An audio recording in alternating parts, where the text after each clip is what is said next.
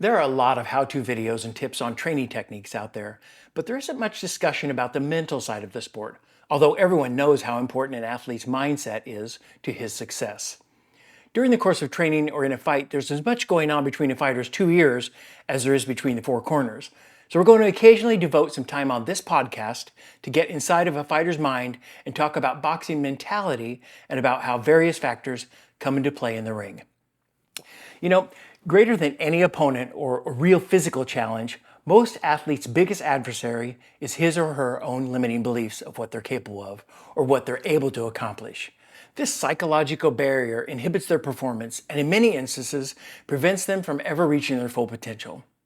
You know, the 4-minute mile is a perfect example of how this imaginary hurdle exists and how it can be overcome. Before Roger Bannister made history, runners were consistently achieving distance times just over 4 minutes in length. As close as they would seemingly come, no one could break that magic number. This led to the common belief that running the mile in anything less than 4 minutes was just physically impossible. That is, until on May 6, 1954, when Roger Bannister became the first runner to log a mile in 3 minutes, 59.4 seconds. Suddenly, the mythical barrier was shattered. Not only did Bannister dispel a huge fixed belief in beating a 4-minute mile, within 18 months of that record-breaking achievement, 16 more athletes managed to do the same thing. Nothing changed. Tracks didn't get shorter. Training methods didn't improve. What happened is that all the other runners could finally see that it was achievable. They were no longer limited by a psychological barrier. These barriers exist in all sports, in any type of competition, in all athletes in one form or another. What separates one fighter from the next is what separated Roger Bannister from his contemporaries. He had conviction. In other words, he had belief that he followed up with action. Conviction is your internal navigational system. It is at the core of what you know. It is your conviction that determines where you go, how far you go, and how long it will take you to get there. It guides your thoughts, your actions, and your endurance, both physical and mental. Your conviction drives you in the gym. It determines whether you make professional choices and lead a disciplined life outside of the gym. It also dictates what you're willing to endure in training and in the ring. Conviction is what and who you know you are when all is said and done. Conviction is what led Roger Bannister to do what no one else had done before. It's also what allowed Buster Douglas, a 101 underdog, to orchestrate the fight of his life and beat a previously invincible Mike Tyson. Regardless of which Mike Tyson showed up that night or how unprepared he was, Buster Douglas did the unthinkable because he knew what he was capable of.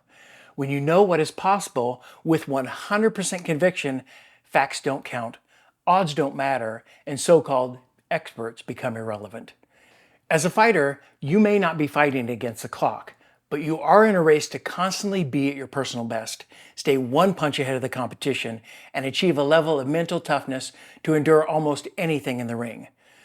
So as you prepare yourself and perform, what do you believe at the core of your being that you can achieve? Not what story do you tell yourself to stay in the gym, to give yourself a goal in life, or bragging rights that you're a professional fighter, but what do you really believe?